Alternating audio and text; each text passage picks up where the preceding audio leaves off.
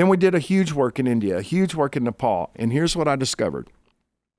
These girls that I would buy and rescue in Nepal and in India and in Uganda, all over Central America and in Mexico, had been through the same exact ritual abuse.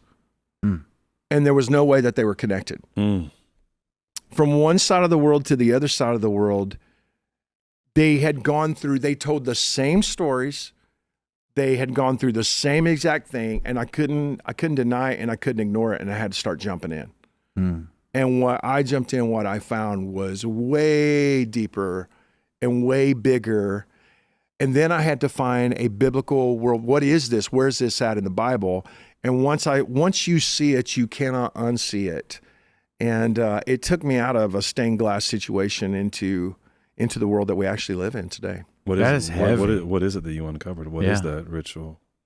Well, the rituals themselves, are different. It has to do with Nephilim sex magic, and it has to do with the blood of children, and it has to do with traumatization to fracture them in such a way that they can literally be used as portals, not only for demons, but also for next level sorcerers, that they literally jump from one kid to another kid to another kid.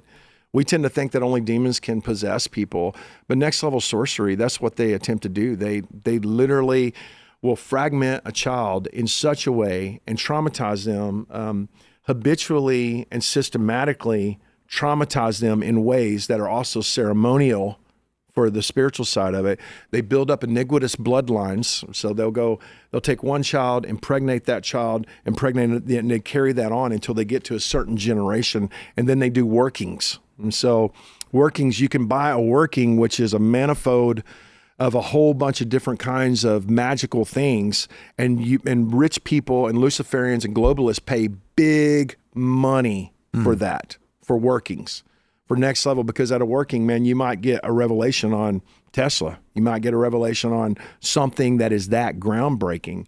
And they're commodities. They're like cattle. Children are like cattle throughout the world. And they're used for this. Over 8 million children a year disappear. Yeah.